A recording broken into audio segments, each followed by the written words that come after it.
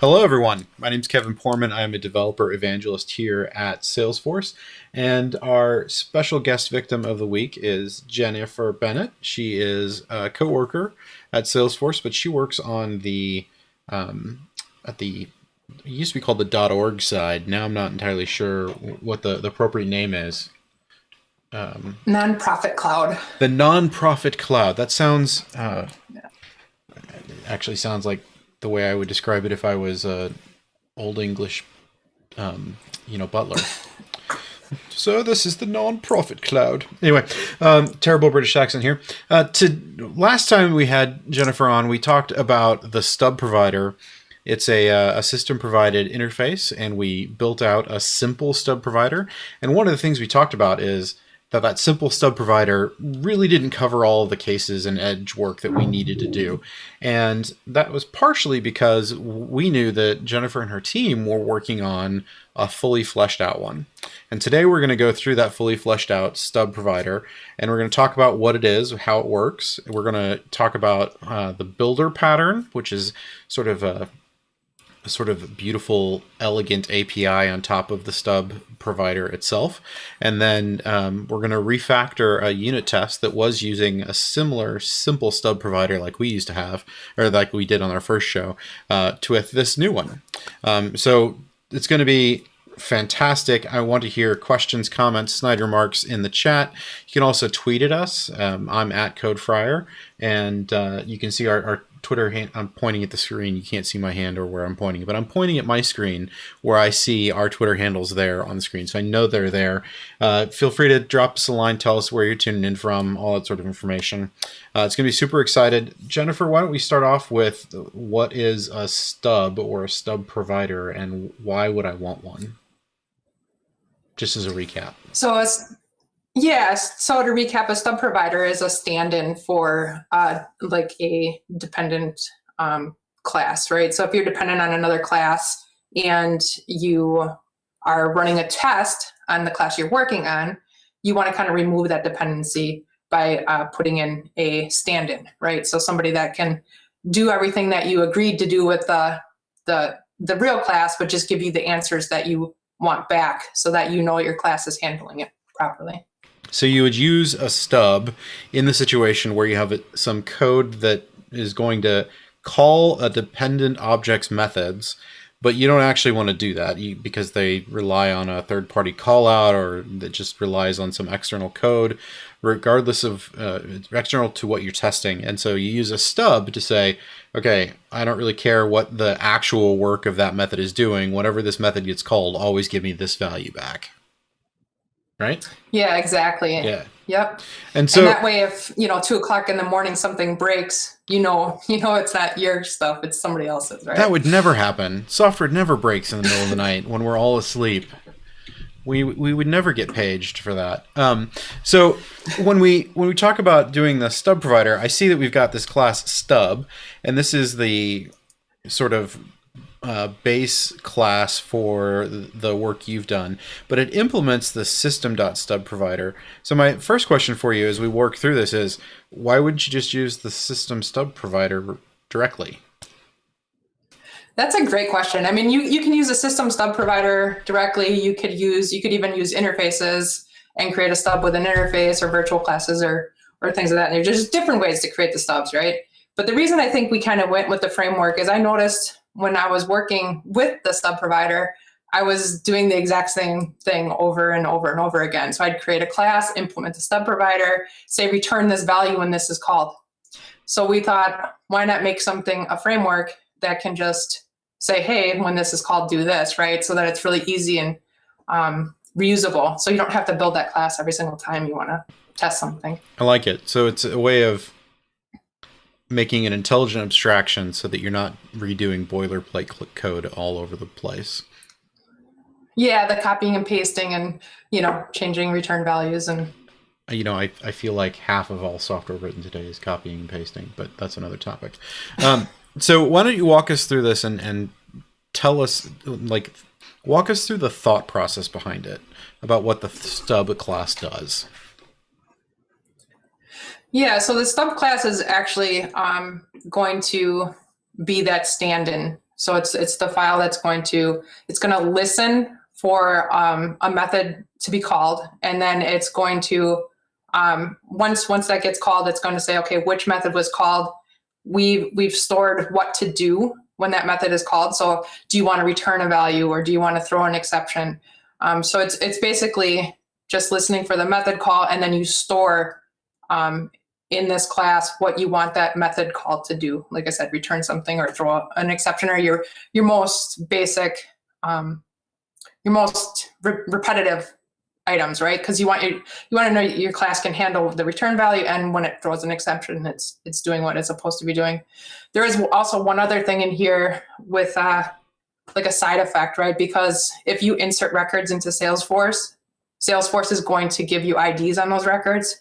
So we added just the method to be able to set IDs in here as well. Oh, so hold on a second. Where is that? That's down right there. Yeah. Up a little. Oh, okay. Yeah. Oh, so you're going to set the IDs. Okay.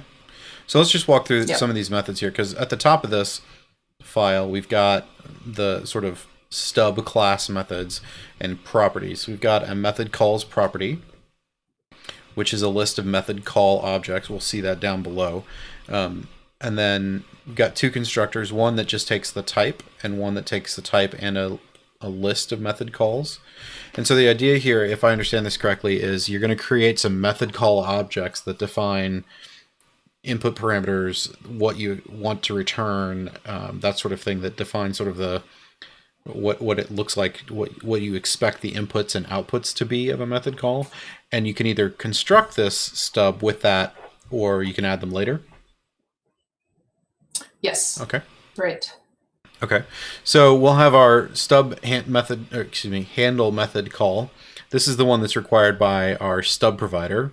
So this is the one that is doing the actual work when we use the stub. This is the method that Salesforce calls to determine how we want to handle the method call that was stubbed. And it looks like what we're doing is creating a signature object. Tell me about what the signature object is and how it works. Yeah, so in Apex, a signature is basically, well, in my mind, I look at a signature in Apex as the things that you need when you're overloading a method, right? So what makes it unique? And so in here, a signature is just the method name and the parameter types, right? Because parameter names don't really differentiate. Like if you had two signatures exactly the same, but they had different parameter names, you're going to get yelled at, right? It's not going to work. That makes sense. So the two things that make a signature unique in Apex would be the name and then the parameter types. Okay. And then down here, we're just going to iterate over our method calls objects to see if it matches our current signature. What is this args? So let's say a signature gets called multiple times, and one time it's called with the first contact ID, and then the second time it's called with the second contact ID. So the match is actually the full call, the signature, and the value that's being passed in. Okay, that makes sense. And we're getting that args from the actual Salesforce is going to inject those args when it calls our handle method call. Okay. That's cool. Mm-hmm. Why do you have when we're building our method, we say which arguments we expect to be passed in. And why do you have it returning null? So that's just if for some reason somebody, I guess that's one of those developer safety nets, right? Like if somebody created the stub class, but then didn't provide any methods to process, you still have a return. Okay. I guess we kind of need to return something because this method is supposed to return an object. And we're going to return method call handle call. And let's look at, we'll get to that here in a second. You've got this assert method, and I'm not entirely sure what that's doing. That's just asserting that the method was called, right? So if I create this stub, and then I say, track this method, track that method, and return this value, throw that exception, whatever the case may be. I want to make sure that it's, what did they call it? the behavior, right? Yeah, I want to make sure that that actually did occur. so we're bleeding a little, not only of unit testing, but also some behavioral driven testing concepts here.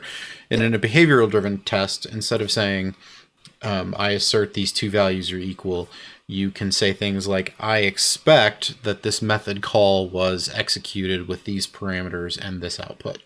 So that expectation is slightly different than an assertion, but in a behavioral framework or behavioral test thinking, you're going to be able to say, I expect something to have happened or something to have happened multiple times, resulting in this output, and I'm going to verify that these parameters were passed in. So it's a little bit a different way of thinking about things, but it's also, to my mind, a lot more powerful and expressive, because I can read a test and be like, okay, I expected this method to have been called and these were the inputs and this is the value that should have come out. And I can tell that, okay, that is exactly what happened. Now, in some languages like Apex, it's really hard to dynamically create method invocations, and so behavioral driven tests aren't quite as popular. But in dynamic languages like JavaScript or Ruby, even to some extent Python, as I understand it, they're much more commonplace to do a behavioral driven test. So that's really cool that you've worked that in there. We've got an inner class here, method call. Now this is I use inner classes all the time, but I always like to try and justify why I would do that, because if I was trying to find this bit of code somewhere, I would immediately try to do like this and type in method call, right, and not find the class. So let me ask you this: why inner classes for this? And I'm not putting you on the spot because I think you're wrong. I'm putting you on the spot so that you can help us all understand. I don't think there's a right or wrong answer to this question. Well, that's good, because a lot of my decision making goes around like how pretty it looks and whether or not it fits within the class within a certain number of lines. Also, if I don't see it being used outside of the stub context, I feel like it can live there, right? It kind of belongs to the stub. Yeah. Okay. So those are some of the thoughts around that. All right. So every method call is going to have a signature and have some arguments. It'll have a return value, a Boolean flag of whether or not it's going to throw an exception, some IDs, the call count. Is this part of sort of like how many times this particular method was called? It is, yeah. And honestly, right now I'm just using it as we talked about whether a method was called multiple times. I'm actually just using it to see that it was called, is greater than 0 at this point. We haven't really had the need to verify that something's been called multiple times, so I didn't really build it in. Yeah, I saw this, by the way. It says exception thrown by basic stub, but this is no longer basic stub. This is stub. Yeah. There's that copy and pasting we were talking about. Exactly. It makes the world go round.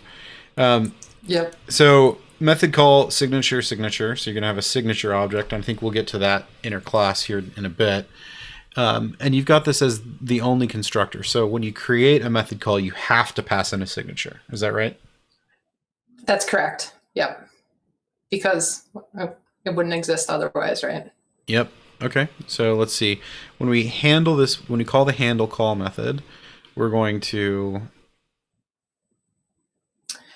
And this is something we kind of threw in when we needed it, where we needed some IDs to be set on the object, right? It's mutated when it was passed in. So and that's the only time that we have that scenario. So we just made an option to set IDs on S objects.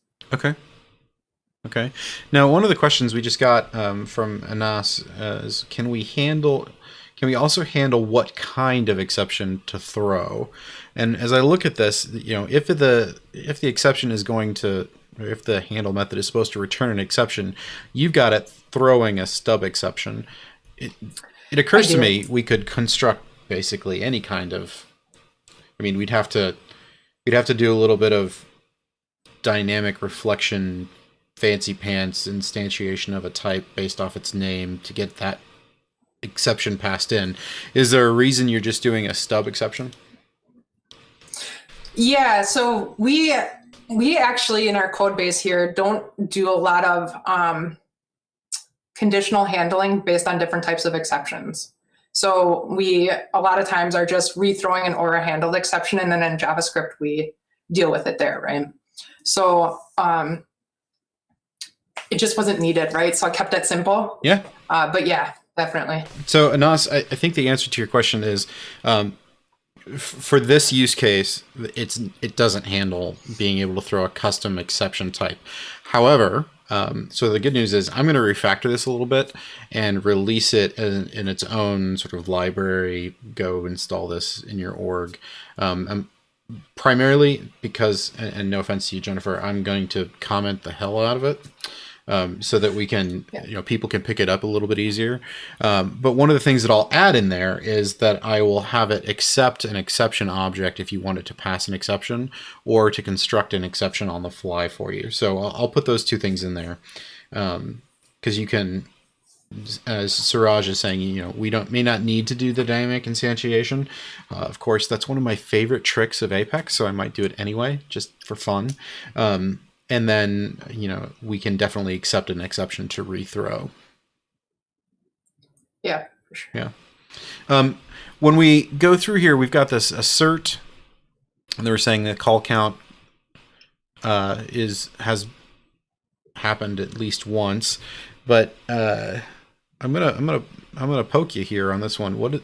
Assert is not a great method name. Yeah, I kind of got that from like the last time we were working together and your names, and I was like, oh yeah, dude, those method names are really great. I went with assert because I'm using system.assert, right? But then when we're talking, I'm like, yeah, you're right. I should be like expect to have been called or something like that, right? Yeah. Where it's a little bit more descriptive. And so that's one of the things that, I'll put in the external library version of this. But I don't want anybody to think that this is bad code. This is amazing stuff.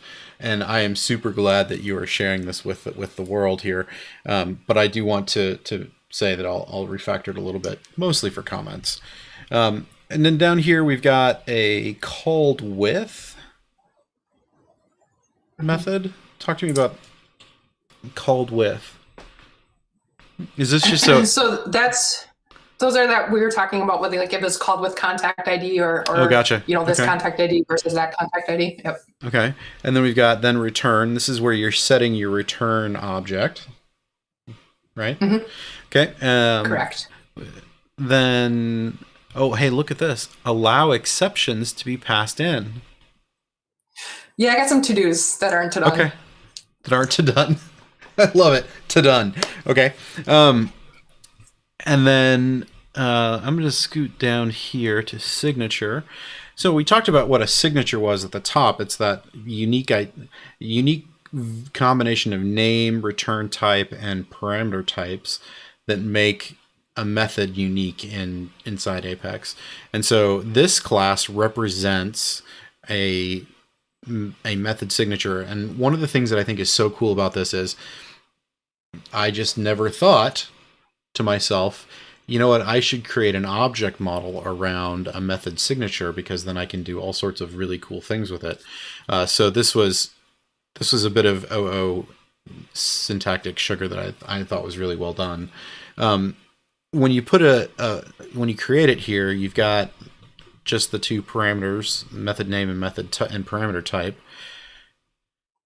I'm trying to think if there's anything else that you would want to do there, but this is like the concrete, like the things that make an Apex method unique are the name and the parameter types.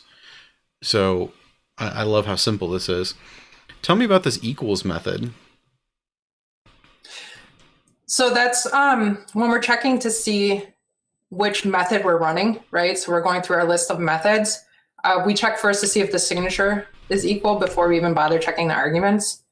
So the equals is just checking to see, is this particular method the signature match? If it doesn't, just move on to the next one. And this is called, actually, I'm going to give everyone some seasickness and scroll all the way to the top here. That is actually used here in let's see, got a matches. Yep. So that's actually in the method call inner class. Yeah. Assert, called with, and set IDs, throw exception, matches. And so you're you're brokering that equals of the signature through the method call class. Okay, but that's where that gets executed basically. That's cool. Some people are asking questions here. You mean signature like a custom metadata type?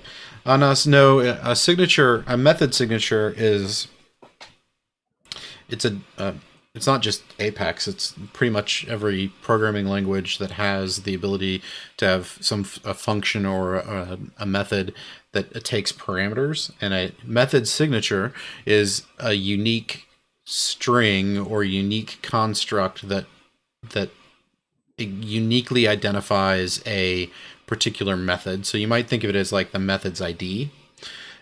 Different languages do this in different ways, but in Apex, the thing that makes a method unique is the combination of the name, so matches in this case, and then its parameters and types of the parameters. So you're getting signature as a type and list as a type. So the method signature for this class would be something like matches, and then signature, and then list object, like that. And there's not a set syntax for describing this in a string, but so I'm using brackets and that sort of thing here, but other languages make this even more explicit. Like for instance, Objective-C has a really strong method naming, method signature calling parameter. You mean the method? I mean creating a signature class as an object. I'm sorry, I misunderstood you, Anas. The method signature in this case is an inner class, so public class, and it's gorgeously short. I love small methods and small classes. I like them. I like my methods to fit all on one screen without scrolling, and I like my classes to fit in under 100 lines. So if you were to take, those two inner classes out, you would be well within my preferences for class and method sizes. Anyway, so that's the way this stub works. Now, this works very similarly to what we created on our last episode we worked on together. So you can create a stub object and add in some method calls and call that together. And that's all. It should be very familiar to anybody who has seen our previous episode. But what is the stub builder that you've introduced here in this new version? Talk to us about what a builder is and why you would want to use a builder sort of pattern. Well, I don't know if you remember the last session, I was saying how I love chaining, right? Like, yeah. I just love the way that it reads. I think it makes it really clear what's happening. So the builder pattern allows you to use that chaining and then actually build the class, right? So you say everything that you need up front with your chained methods. And then when you put everything you need in there, you say, okay, now build me my class. So the builder pattern enables chaining methods together to construct an object. Is that a fair way of putting it? I mean, you could do everything in a constructor, but it kind of seems like it would be, I don't know, doing it all in a constructor could get real ugly if you've got a lot of parameters and that sort of thing. One of the things that I've noticed over here, I love this. I've got this error lens tool installed. And one of the things that it comes up and tells me is that I have a PMD warning about an excessive parameter list. And this is on the one method that Salesforce defined. So I just think that tickles my irony. So in our stub builder, we can use the stub builder, construct an object procedurally. And it gives us this, something dot next dot then dot foo sort of syntax, and we get to be able to read. We're going to do this, and oftentimes that is sort of put out like this. And I use this in my promise library. I'm a big fan of it. The secret to it, because I want to be explicit about how the builder pattern works. Builder patterns work whenever a method returns the same object. It's mutating.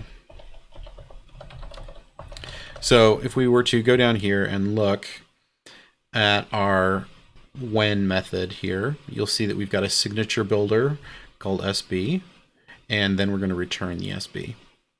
And we've got all these other signature builder methods here that are going to return this when call. And then also down here, where's a good example? Method builder. I'm looking for a good example of this where we're returning the same. It's going to be in method builder. Oh, yeah, it's going to be the build. Method builder build. The actual build method. Yeah. So, you know, we've got our build method here, and it's going to return the. This one's actually, yeah, there's actually 2 internal builds, private builds, and then there's the main one at the top, which is going to be returning the stub builder. Yeah, here we go.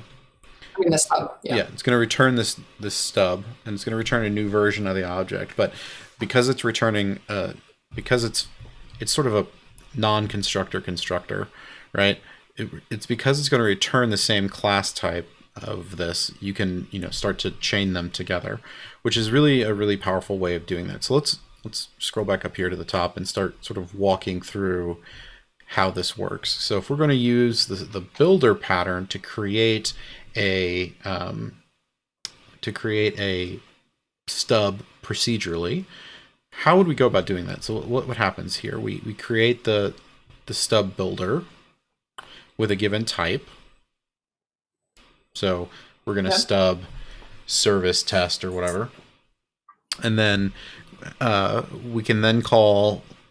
No, actually, I'm going to annotate this up here. So, for instance, you could say stub builder equals new stub builder, and I'm going to pass in. I'm going to do service.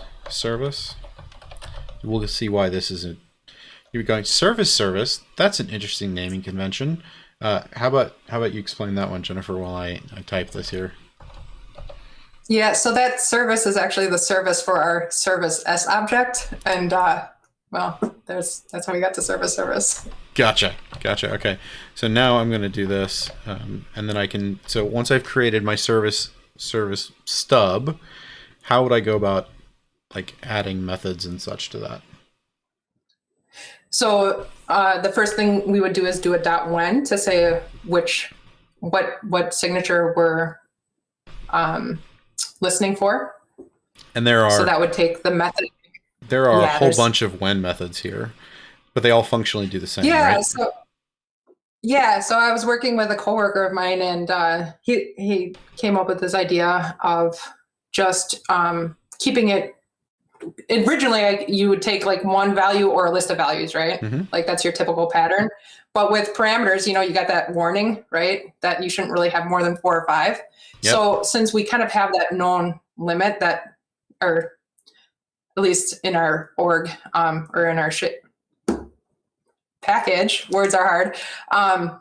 We can just list them out, each one, and that way you can call one and just list it out with the parameters. So it's kind of nice. I like it. So we can do foo. I don't know what an actual method name in service is, so we're gonna do that one here, and then I'm gonna do list type. Actually, I wouldn't want to construct that in there, but I could do list type. Yep, and that's the one that all the other ones call, right? So you would actually, what's nice is you would just do like string.class, right? Or, and then comma separate them, all your different parameter types. Like that. You could do it this way too, though. Yeah. Or I could do like string method name and give it an empty list. So that's, I got some flexibility there. So after our when call, what are we going to do? So then we want to say what we want the service stub to do, right? So if we wanted to return something, mm-hmm. or if we want it to only run when it's called with a certain value, we'd say called with, right? Okay. And then, and then we would have our arguments that match the parameters that we sent in, basically. Let's see. Let's find this. I'm looking for the called with, so list of args. So I'm going to do service. I'm going to do list of args, just for example's sake. And then Sure. Then? Is it then? Called with then? Then return. Then return. Okay. And we can just say new object. Service. New service.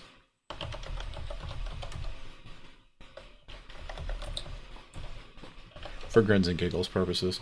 All right, and then what would I do here after the then? Or is that it? So, yeah. So normally what I would do is I would actually go directly to the stub I'm building instead of grabbing a stub builder. I would just, so up on 16, I would just say stub. Okay. Stub, right? And then I would just do .build. How about you? Right at the end there. How about you take over and give us an example here? So yeah, I would do, I call it Okay. on here. Then, so you just use your builder to actually build the stub, and then it's gone. Okay. All right, and then we could use that in our test class. Now, one of the other things we wanted to do today, and this is a great time for us to switch over to it, is we wanted to take an example of a unit test that has our original style stub, basic stub, built into it and is in use, and convert that to using this sort of builder pattern. So what we've done is, and this is actually like code that is real code. This isn't like, hey, we made up a fake example sort of thing. So let's look at service test, and I'm gonna let you drive, and I'm gonna ask questions and narrate here as we convert this to using our new stub builder pattern. So this is a test for the S-object service. That, I don't know, something in my head just cringes a little when I say service. It reminds me of it does for me as well. The one I actually ran into back in the day was the Java service factory, and that one is like kind of reminds me of that. I'm like, ah. But okay, so we're going to have our service test, and it looks like now what you're doing is you're doing a basic stub, what we had before. A couple of times here. You're getting one for the service selector and one for the engagement selector. Now, domain programming patterns is not something we've gone into on codeLive before.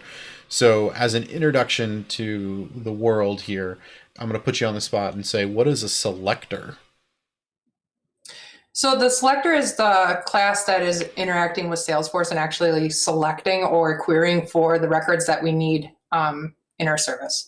So we just extract all the queries and put them into this selector class. So why would you want to use that instead of just having queries strewn through your code? The same. Yeah, so it's beautiful, right? We're going to see that kind of here because now that we have that in that separate class, we can stub it out, which means we don't actually have to generate fake data. We don't have to query for the fake data. It's going to make your test run faster, and you won't have any triggers running or anything else. So it's kind of nice that way. So this is a super important point, and I'm going to drive it home. When you refactor your code to have things like services or selector classes, when you start doing domain-driven design, what you end up with is code that relies on dependency injection to get other objects that do things for you. It's more pure OO, sort of at a theory level, but the big thing you get out of it is anytime you call into a selector class in a unit test, you can bypass the whole thing and say, always just give me this thing back. And that is the real beauty and the sort of whole point of stubbing objects out like this, so that we're going to be able to say, instead of going to the database and finding records that we've created and inserted just for this unit test, I'm just going to say, whenever I go to ask for records, give me this thing back by itself, which is perfect. Yeah, it makes such a huge difference. Also, running parallel tests, things of that nature, it's awesome. And it's I love faster. Which I think is why I love stubbing so much. Yeah. Yeah, I have a buddy of mine. He works for a really big Salesforce org, and their unit tests for their stuff take some like 13 hours to run. And I'm like, do you mock and stub your stuff properly? And he's like, how about them jets? Anyway, so we're going to create 2 stubs here. How do we convert these basic stubs into our stub builders? So actually what we'll probably do is do them in line within each test, because our stub builder is going to say what to return. So we'll, instead of, like I said, I don't hang on to them. I just use the builder, and then the builder builds the stub as we need it. Okay. So can we just get rid of those 2 lines? Yeah, we can just dump them. Awesome. So I'll get rid of those. Refactoring by deletion is one of my favorite activities. I love when there's more red than green. It makes it's an excellent date night activity for all of those who are like Salesforce couples. Deleting code is an excellent date night activity. All right, nice. So we've got our first test here. And, yes. Okay. Yeah, and so here we're just building up some mock data, right? Yep. So we talked about not needing to insert records or anything. So we're just making some in-memory records. Yep. And you're calling your test utility get a mock ID here. Okay, I like that. Yeah. Yep. And then you'll see here we're just generating what we want our stub to return. So we're going to want the engagement stub to return engagement records, and the service stub to return service records.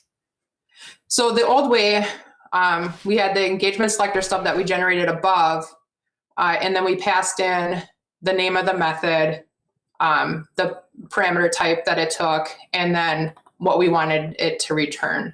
So here, we're going to instead create we'll call it stub engagement selector stub, and then we're going to set that equal to our stub builder, and that's going to take the class we're stubbing, right?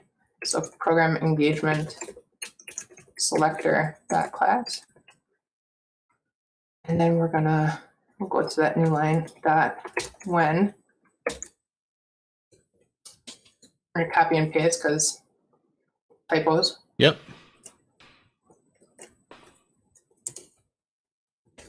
So for the record, I'm all for copying and pasting, so long as you understand what you're pasting.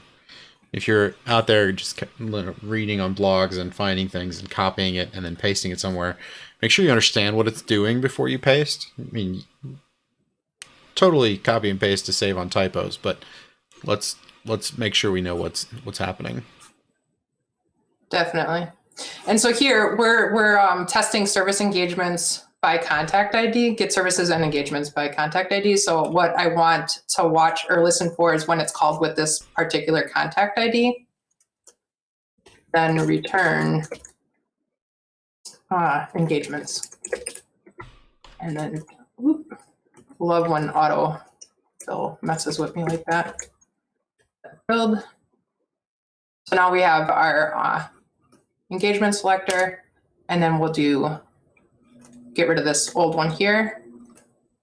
Now, I just want to pause here for a second because you can keep typing. I'm gonna talk through this here. What we've done with the builder pattern is set up a very expressive constructor, right? Boiling the ocean here, but we're going to take we could do this in one big giant constructor with lots of parameters.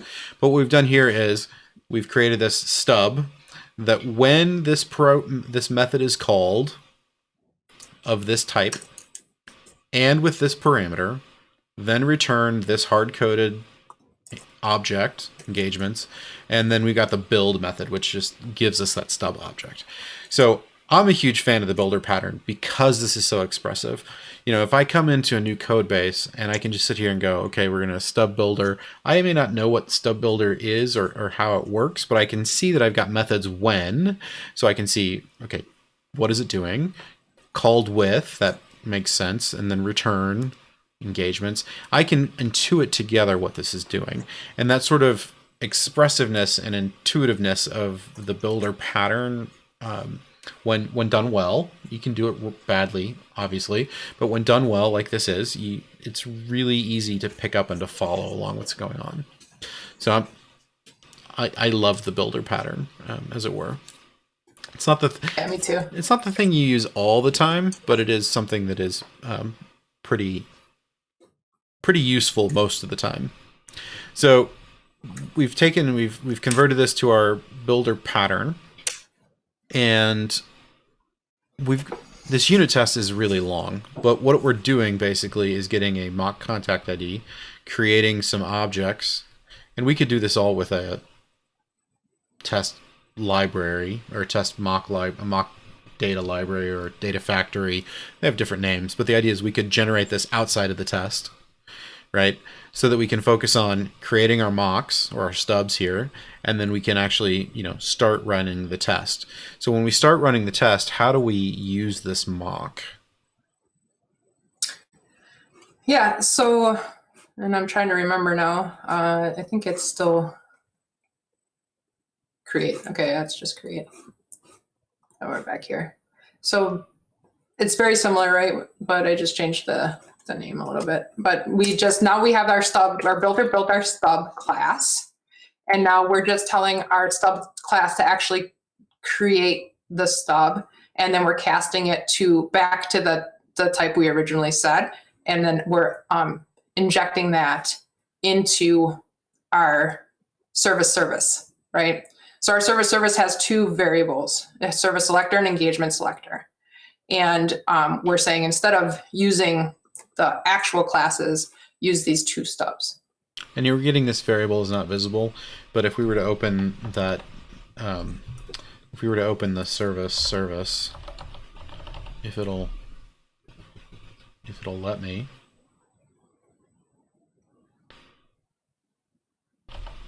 Try that again. Oops. Service class, you'll find that they are private, but they're test visible. So that is sort of a red herring, right? This is not quite a correct error message.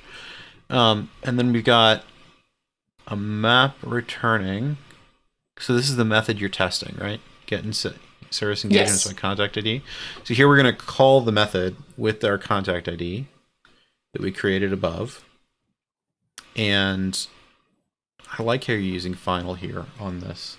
You want to say a little bit about why you're using final there? Yeah, actually, it's a colleague of mine who's very likes to use final because it really it prevents you, I guess, from modifying the results that you're getting back, right? So it's kind of like a safety net, right? Yeah, it makes so when you mark something as final, it means that this variable that you're creating here can have its value assigned once and only once. So we're only ever going to get results here once, and then we can know that no matter how we're asserting against it, we're not ever going to accidentally modify it and then have a false positive or false negative test. So I'm a big fan of that. Exactly. And then we're going to create a key set here. Okay, I see that. And this is our actual result. So we're comparing the key set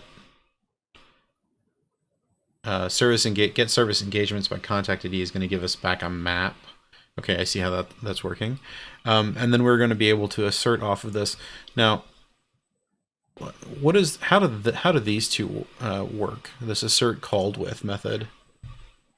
So that was, again, we're talking about behavior, right? So we were just saying originally that we were asserting that those methods were called, and not only were they called, but they were called with these particular IDs. But that's kind of ingrained now into the stub, right? Because if it wasn't called with ID, it wouldn't return what we expected it to return. And then we also have that assert method. So we can actually dump these two and then just call our stubs, each of our stub dot asserts, that but both methods were called as we expected. I like it. I like it. If that makes sense. Yeah, and you're doing that against the stub object, and you sort of built those asserts into the stub object, so you don't have to create and duplicate that system.assert, blah, Yeah. blah, blah. Yeah, exactly. I like it. I like it a lot. This is super powerful, and that's all we had to do to change. Like, we did that change here to do create, because that method changed, and we rebuilt our stubs up here. So that was a fairly easy conversion. For if you're new to stubs, though, there's one thing that is super subtle in how stubs work, and I want to be very clear about it, and that is you can only stub things that are dependency injected, right? So in this case, we are setting our service selector on our service object to a stubbed to a service selector stub, and the only reason we can do that is because we are passing in, or we have the ability to pass in, to dependency inject that class, that service, into a variable in the code we're actually testing. If you're not familiar with dependency injection, that's one of those things where you gotta wrap your mind around it, but then it makes sense, and you're like, okay, I've been doing this at least partially for years, and you move on with life. We also have a question here from Andrew, who wants to know if there are any good resources for domain-driven design patterns and practices, specifically in a Salesforce context. I don't have the link handy for you, but I will try to paste it in the comments of this video after it's posted. There's some Trailhead modules on, I think instead of calling them domain-driven design, the Trailhead modules are under the moniker of Apex Enterprise Design Patterns, which is a mouthful, but it's that enterprise design pattern where you're going to bring in domains and services and that sort of thing. So if you look there, I think you can now search Trailhead by author of the Trailhead badge, in which case look for Andy Fawcett. Andy Fawcett also goes through all of that in his book and on his blog on a fairly regular basis. Great questions, though. We've got 13 minutes left, Jennifer. Shall we push our luck and see if this test passes? Yeah, let me just finish cleaning up those last bits here. Oh, okay. My bad. No worries. All right, let's see. Hey, keep scrolling on me. I don't know if that's you or messing with me over here. All yeah, right. I'm just messing with you. Nice. All right. What don't you like? It thinks you're calling system assert. This is a false positive, as it were. Cool. Yeah.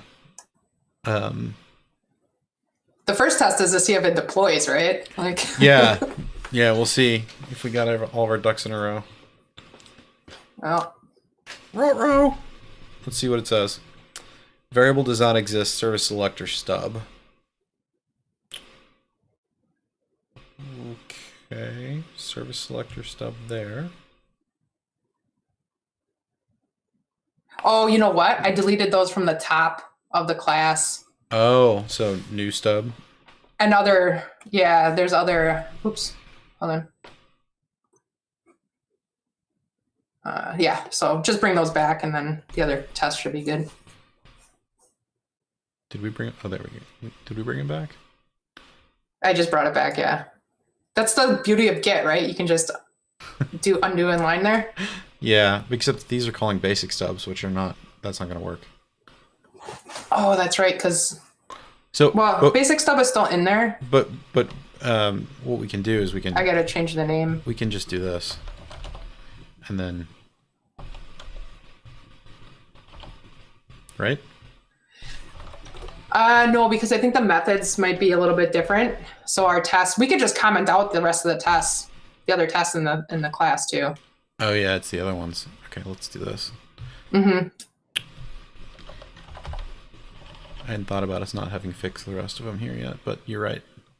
Yeah. Let's try saving it that way. That's probably better. And then you probably want to dump those guys at the top. Yeah, well, they shouldn't do any harm up here, right? I don't know if I redeclare the same name of a variable that already exists. It's giving us stub builder system type. Oh, I forgot to do new. Oh, I'll get the bottom one. Thanks. I love it when plan comes together.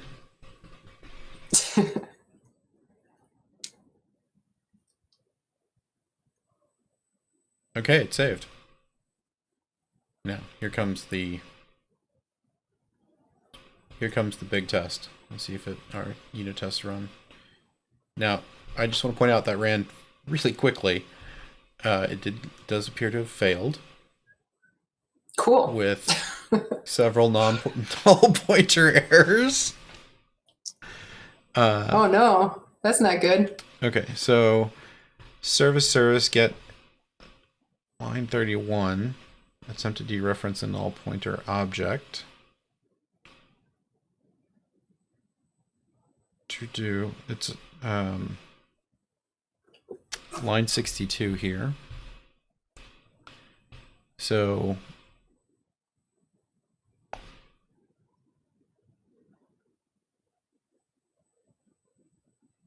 oh, what is this? I think I goofed this one up here. Oh. Service selector. Get by. It says set of IDs. So I have a set of IDs, but I only passed in a single ID. Ah.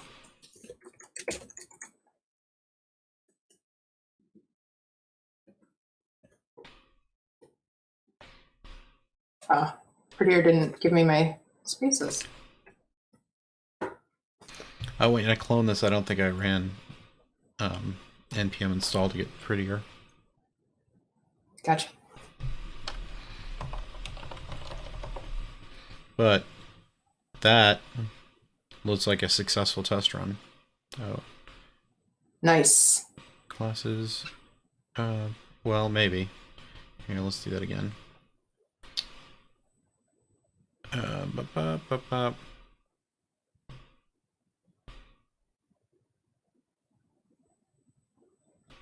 Okay, so that did run successfully. Look at that. I love it. I love it. Okay, so we've refactored a test here. We have used our new stub builder pattern and our new stub class. Again, for those of you tuning in and wondering, like, I want to use this, it's coming to a Git repo near you soon. Follow me on @CodeFryer on Twitter. Make sure you, by the way, stab that like button and the follow button in YouTube so that you can be updated whenever we go live to see more content like this. And as you here in the next couple of days, I'll get that out. I'm gonna comment things, leave a big README, all that sort of jazz, and we'll be able to. Maybe I'll fill in the to-dos, get rid of the to-don'ts, or to the yeah. But with that, let's take a pause there. We've got 7 minutes left. Let's see if people have questions, comments, snide remarks about what we've done so far. I'm getting some information here from people who are talking about Andy Fawcett's book and or the Trailhead version. That all that stuff is Andy Fawcett's book is like the sort of the master's thesis on the stuff that he's blogged about. I find his blog materials to be very approachable and pretty easy to follow, and I've always enjoyed learning from Andy. His Trailhead modules, and I'm not saying you shouldn't buy his book, but I feel like the Trailhead modules do a really good job of conveying the same information as his book. And so the benefit there is you get tested on it. So there's a plug for Trailhead. Is the metadata-driven triggers using this framework? No, the metadata-driven triggers still use the original Stub Provider framework that Jenny and I created on our first go-around. For now, this will probably be put back into Apex recipes and updated to use that as well. So that's a great question, Steve. The metadata-driven triggers, by the way, I know it's been a long time coming, but they landed in the GitHub repository yesterday. So you can see functional examples how to use the simple stub provider in Apex recipes, as well as how to use the metadata-driven triggers in Apex recipes as well. So big code drop yesterday. Let's see, any other questions we got going on today? Okay, now I'm not opposed to ending this a little bit early, so if there are no more questions, I'll give it a couple more minutes for questions. But I don't really think there's a good reason to, march on and be half done with anything else. So I want to thank Jenny for joining us today. I'm sorry, Jennifer, for joining us today, and I want to call out your fun fact, and I share this fun fact with you. I took a snowboarding lesson once. My snowboarding lesson was 10 minutes long because I never made it past the stage where I was standing upright on the snowboard, not moving, and they refunded my money. So, what is your snowboarding fun fact? Yeah, well, I didn't stay standing, but I did get standing. Yeah. So that was really, really good. Yeah. But my daughter, actually, I posted the meme, and I don't know if you have that, but she helped me make a meme where it says, took snowboarding lessons, and I think, what did she put? Mastered.